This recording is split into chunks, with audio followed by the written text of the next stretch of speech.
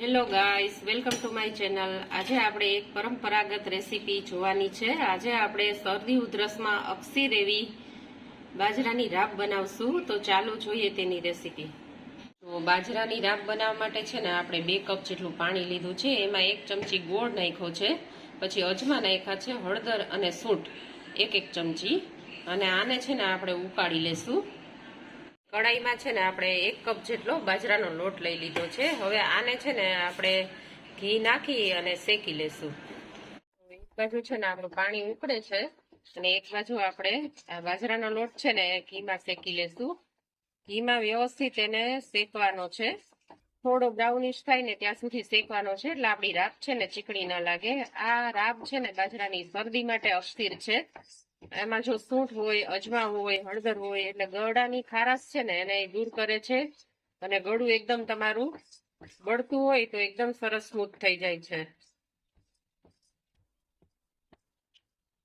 તો આને આપણે વ્યવસ્થિત શેકી લેવાનું છે।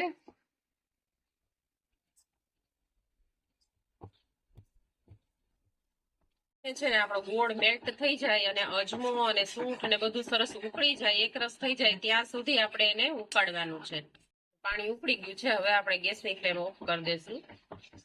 આપણે લોટને છે ને ધીમે તાપે શેકવાનો છે। હજુ લોટ બ્રાઉન નથી થયો, હજુ થોડી વાર આપણે એને શેકશું।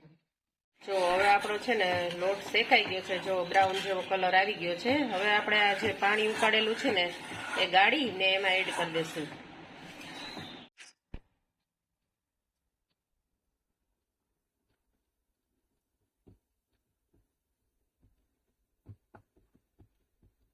પાણી છે ને આપણે ગાળીને એડ કરવાનું છે, એટલે અજમા ને એવું આ શીરામાં ન આવે રાબમાં।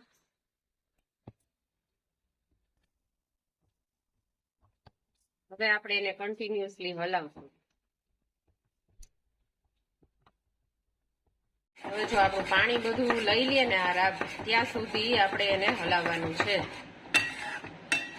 પાણી બધું એકસોપ થઈ જાય ને ત્યાં સુધી આપણે રાબને હલાવશું। હવે જો આપણે ઉપરથી છે ને થોડી સૂંઠ એડ કરી છે, એનાથી છે ને રાબની ફ્લેવર બહુ ફાઇન આવશે, અને આમાં ગળા માટે બહુ સારી છે સૂંઠ, શરદી માટે। તો હવે આપણી રાબ છે ને બાજરાની રાબ રેડી છે। હવે આપણે ગેસની ફ્લેમને ઓફ કરી દઈશું અને એક બાઉલમાં સર્વ કરશું। તો જુઓ આપણી ગરમા ગરમ શરદી ઉધરસમાં અક્ષીર એવી બાજરાની રાબ રેડી છે। જો તમને મારી રેસીપી ગમી હોય તો તેને લાઈક કરજો અને શેર કરજો, અને મારી ચેનલને સબસ્ક્રાઇબ કરજો। Thank you for watching.